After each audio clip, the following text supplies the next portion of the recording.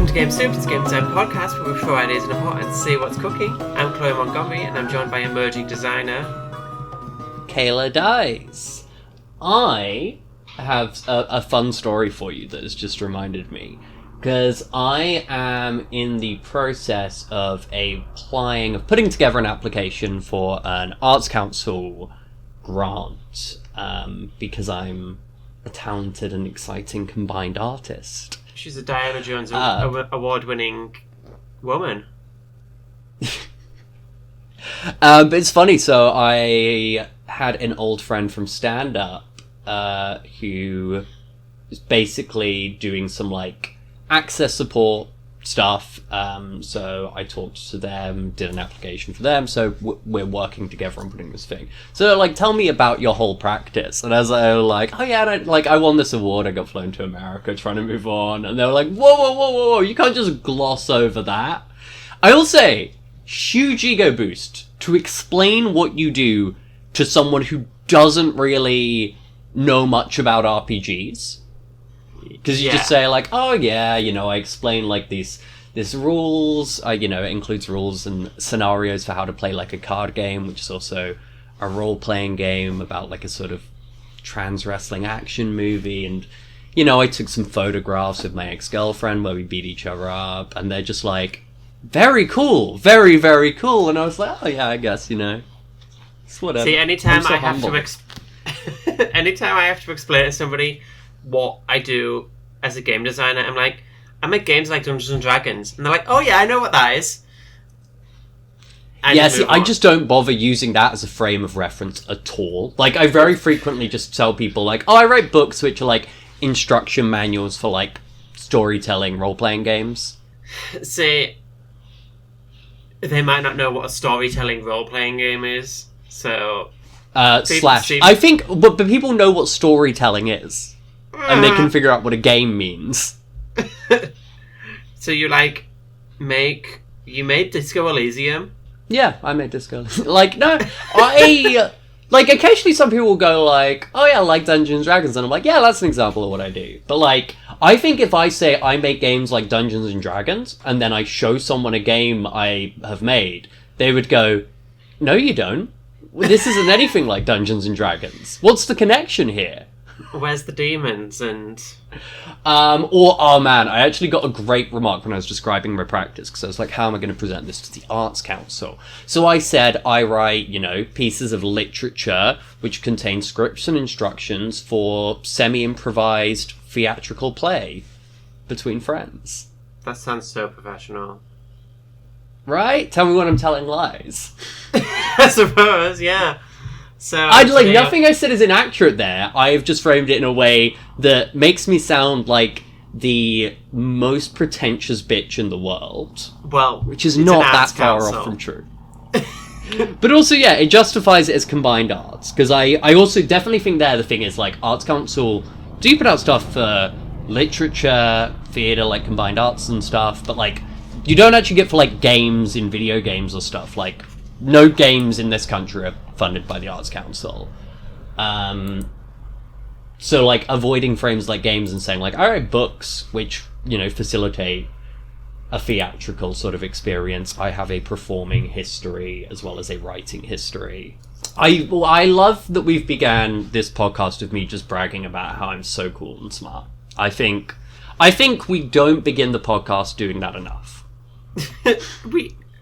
For the last few weeks, I've introduced the podcast saying an award you won. Yeah, but then I just go, I brush it off. I think we should, sort of stay. We should stay in the space for 5 or 10 minutes every the Kayla episode. Praise Circle. No, I was mainly just, wanting to share funny ways you can describe your own work to people who don't know what that is. Because, I don't know, maybe this is also because I'm if someone introduced themselves to me age, I don't know, 18 or whatever, and said they write games like Dungeons and Dragons, I'd just be like, I don't know what that means. So, you've done nothing to enlighten my perspective at all. Yeah. But we both had ideas. How are you doing, Chloe? Have you bragged to anyone? I had a weekend away with Alyssa. I think we talked about it last week on the pod, but it was quite nice. I want to move to Hebden Bridge now. I'm at that stage in my life that every lesbian goes through. Is that what 26 holds for you? I'm 27. You were 26 until your birthday, yeah. Forgot your birthday has been, was it? So this is what 27 holds. It's probably 28, 29 sort of gig. Well, we're saving money, but yeah. Who knows? I find I've been getting very existential lately, which does mean admittedly my decision to keep mainlining film noir is maybe not like the smartest idea for like not getting existential. But this relates to the game idea I had, and I can now segue us into a segment first. And then I'll go briefly out of that segment and bring you the game. This is another segment of Production Diary. Hit the theme song, Chloe. I actually came up with a name for it. It's Dice Diaries. Dice Diaries. Okay, hit the theme song, Chloe. Oh, God. I mean, in my head, I just want to put in, like, some folk music, but that sounds like editing, so, Yeah, I was trying to prompt you to start singing.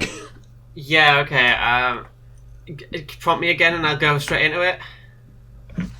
Hit the theme song, Chloe. When you're writing a game and Kayla's got ideas, it's Dice Diaries. Woo!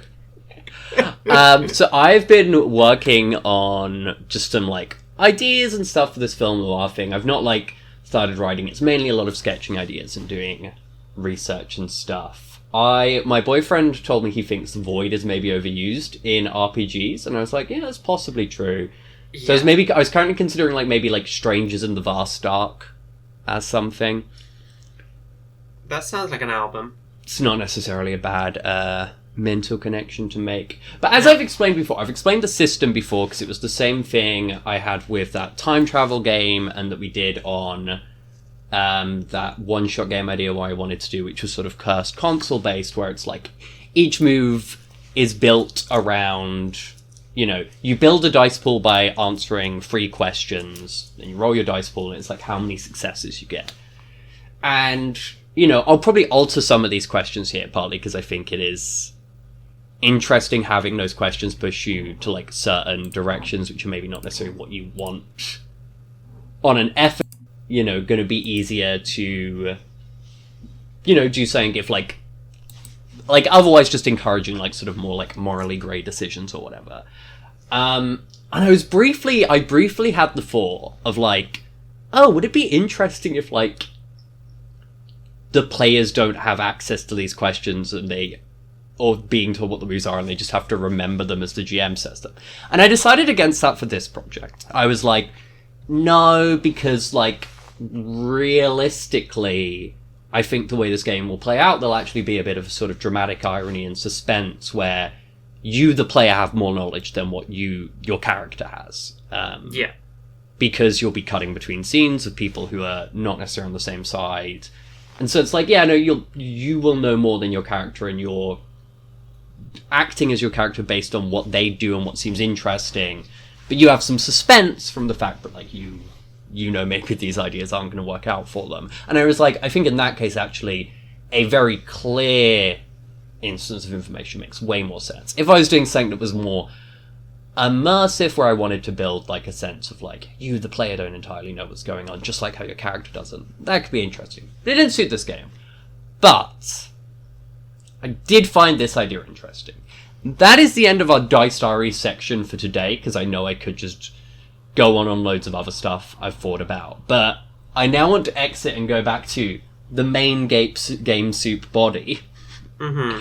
And say, what is there? Is there something interesting maybe about a game where you have stats, you have various skills, but you don't know them? And you don't get necessarily told them by the GM. You have to sort of figure them out by how actions and stuff are playing out. I mean, it's a recurring idea that I've seen on like Reddit and shit about like, oh, we're going to start a campaign and everyone's got amnesia and you don't know who your character is and you're learning them as you play the game or whatever. But Yeah, I've seen people do that a lot. I feel like people go to that often because it, in theory, makes the idea of introducing, like, a weird setting easier. Yeah. But yeah, I think, like, there's maybe something interesting if, like, the stuff... I'm thinking on this on a more, like, system level. Like, I think it's interesting if you're saying, like, oh, I want to see if I can, like, break into this door, and you're told to roll something, like, maybe a specific dice or something. You're maybe told, like, what a target number is. You roll that. You don't necessarily see if there any stat is being added or something. It might be. But you don't necessarily know what stat was just called on or what's recorded on your sheet. Yeah. You kind of maybe have to You've got to try and, like, that reverse engineer what the game is while you're playing it. I think it could be fun. In some sense. It could be fun in, like, an exercise sort of way, like, where you got to, like, build the engine. Like, you've got to write down what you think the rules are. Yeah, that'd be fun if you had a sort of weird book way. Yeah, if it's like, and then at the end of a session, it's like, have I got it right? And if you do, then you get a bonus. I don't know. You level up and go to the next system. Yeah. Me and my boyfriend have been watching episodes of a Korean game show called The Devil's Plan. Okay. The Devil's Plan is really fun. I really recommend Plan? People check out The Devil's Plan on Netflix. It's basically like 12 mostly celebrities or rich people or whatever, and then like 2 people from a public vote are all put in this house where they are playing a series of games together, which are competitive games, often with an element of like social deduction and alliances.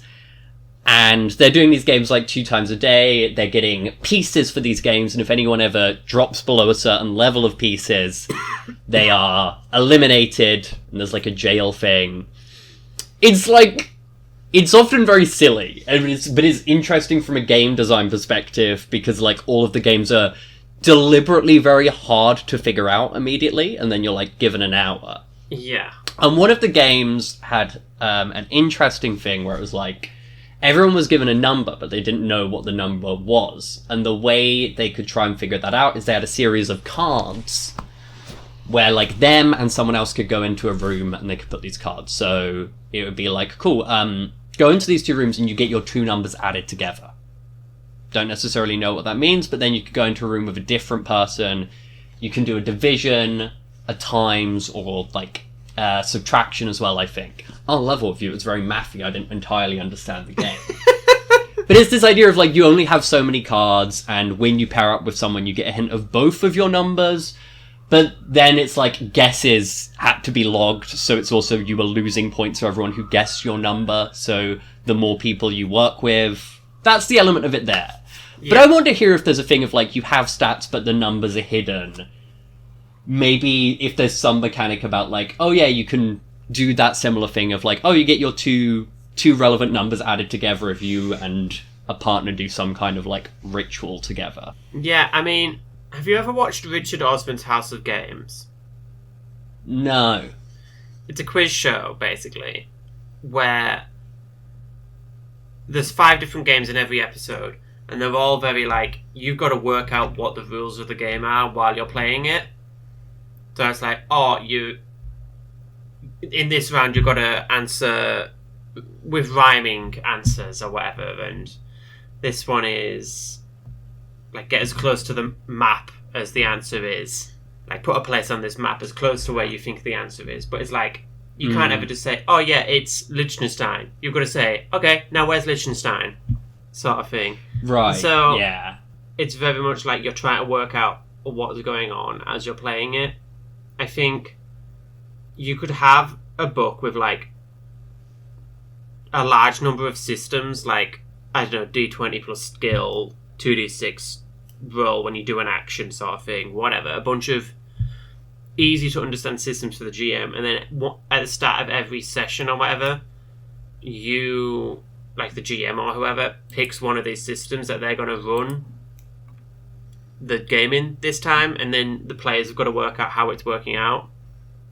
It's like, okay, well this time we're rolling 2d6, so are we adding those numbers together? Are we trying to get similar numbers? Like, yeah, I think the interesting thing about, like, both of these ideas and all of this thing is, like, it creates an element that in theory, at least as we've talked about it so far, you are at a bit of a remove from your thing. Like, there's an element of a game there which is not about what's happening between your players. It's almost a, like, competitive element between the players, not the player characters. I've played games before where... I said games. One game before where the GM did all of the character creation for us. And it was like, oh, I want to play a wizard who's not good with people or whatever. And then they went away and made these characters for us. It was some German system. And then we never got to see our character sheet. It was just like, oh yeah, I'm going to do this thing. And then they rolled for us on like Discord or whatever. And it's like, we don't know. Like, we knew it was a roll under system and that was about it. But we never got to see the rolls. We never got to see our stats or whatever. Yeah. I do feel for this game, I think all of the ideas of what we proposed so far, your idea maybe less so with, like, the book of short systems. That's maybe, like, a fun sort of deduction element to what I guess would otherwise be you playing kind of, like, quite sort of straightforward role-playing, is I think, I think otherwise, if it's like, oh, your own stats are a mystery to you and you figure them out, this is a one-shot game, I think. Yeah. Because I think, like, to some extent... there's no game there. Yeah. Like, whatever's left, it's probably still very basic role-playing rules that work well enough, but I think, yeah, it would need to be that. I don't know if, like, in my mind, I'm, like, almost the, like, oh, team up where you get, like, a sum of your numbers or stuff. Could be interesting because that's a way you could make figuring out your stats meaningful to what the characters are doing. Like, oh, these two characters have done something and that gives you, the players, a hint of your stats. Or maybe there's, like, something there. I guess there's also the thing, like, it could be way less numerical. Like I said, with, like, you know, the noir idea, it could be a fact that, like, your dice pool or whatever is based on questions, and you don't know the questions for whatever move you're doing.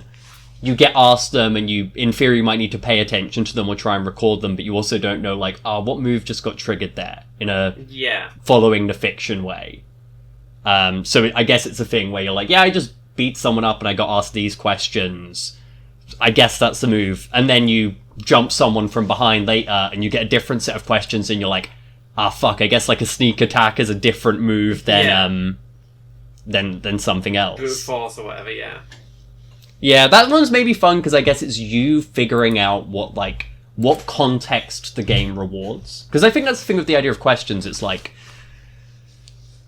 you start to get an indication of, I guess, like, the rules of a world, not in a mechanical rule sense or, like, law sense, but in a way, a lot of fictional worlds kind of work on a bit of unwritten rules of, like, oh yeah, in this world, good triumphs over evil. In this world, everyone speaks really wittily very quickly. Or in this world, in this world, diving off a bridge into a body of water will break your fall, and it's fine. That kind of unwritten rule. It's figuring out almost the context of the kind of story you're playing. I like the idea that when you do an action, you don't always get the same questions. Like, there's maybe, like, a list of 5 or so questions, you can get 3 of them. So it's maybe only at the end of a list of, like, at the end of a set of questions, you're like, oh, this was the same action that I did. Just I got different questions. Yeah, the GM just picked different questions. That could also be fun. Yeah, similarly here, it's, like, a thing of, I guess in an almost very loosely PBTA-inspired way, I guess all of the moves would be very rooted to whatever... Like, they'd have, like, very fiction-focused triggers. Yeah. I guess in theory it works better if they're quite universal things. Like, not universal, but, like, they're quite, like, straightforward things. Like... Yeah. Because I think it's not necessarily fun if the GM has to, in their mind alone, and they can't tell people... figure out whether this counts as, like, sneaking or hiding. Like, those are too close. Don't, like, it should just be like, oh, anything that falls into this sphere of stuff. Yeah. What would, in your mind, like, what could justify this kind of game? Like, do you think you go with the Amnesia idea? Or... I guess for the one I just proposed there, where it's a lot about figuring out the context and unwritten rules, maybe it's like a Portal fantasy almost. Yeah, I could see it as like an isekai thing, or like a death game sort of thing, where it's like you've got to work out what the rules of the game are before you get got. Yeah, I get you in that sense. Yeah, I think it would say where like you are an outsider to whatever world you're in, whether that is in a fantasy isekai, Portal fantasy way, or you are trapped in some kind of institution, which could then be lots of things. We're at like the 25-minute mark. We could finish off and try and actually come up with a plot and name for this game, or we could riff on any other ideas you might have. No, I mean, if we made it a Portal fantasy, then what would the Kayla Dice Portal fantasy RPG be? That is interesting. I have sometimes wondered this before, because like I am a big fan of Die the comic book, which is something like, you know, adjacent to Portal fantasy. I like read Narnia as a kid. I watched a bit of the Owl House, though I didn't finish it. I'm just trying to think of other sort of Portal fantasy stuff I have. I do or like have the not idea ever read. of like Die, where you have to work out what the rules of Die are. Yeah. That would be almost a very meta way of doing it. It's like, oh, you've got to work out that, are the elves in this world good or evil? Are the... like... whatever, you know what I mean? Like, is gold tempting, or is it, you know, a reward? Like, is it good? You know? Yeah. I think a thing that does often interest me about Portal Fantasy, which wouldn't apply to the game we've talked about here at all because we've emphasized it as a one-shot and stuff, is like... I find, like, the there and back very interesting, you know? Yeah. Which is part of what I found, like, really loved about Die, was the fact, like, they did a Portal Fantasy before and now they are back. It's a thing I found sort of creepily fascinating about Narnia for a more adult lens, of like, they aged and then they came back as kids. But this wasn't necessarily a game space to explore that. I think, probably, I guess for mine, it would be a lot about you going into fictional worlds and figuring out almost like the rules of fiction that rule over these places. Yeah. Oh, that's such an unfortunately obvious Kayla film theme. Like, oh, I guess it would be about stories and the power of stories. I think there's a separate idea. I think there's a game where you play as a group of people who have escaped this Portal fantasy, and it's like about you settling back into life. Like, the Die RPG sort of plays with this, but it's only like a few scenes at the end of a campaign or whatever. If it was the full game of like, okay, I used to slay dragons, now I have to, you know, work at a diner. It's kind of about like soldiers coming back from war, but you can't. Yeah, I actually just had almost the fascinating idea of doing an almost like Yellow Jackets kind of approach to it, where you're not doing like the immediate people reacclimatizing. You do maybe a thing of like, yes, this... Because I feel so often Portal fantasies are about kids. Yeah. And so I do think it's then interesting, like, oh, how are you as an adult altered by what is ultimately, in many ways, an adverse childhood experience? Once again, I've done something very Kayla Dice, where you're like, oh, what about this fun Portal fantasy idea? And I'm like, what if it's about getting over childhood trauma? Yeah. Self-parody levels. Thank you for listening to Game Soup. Of bullshit.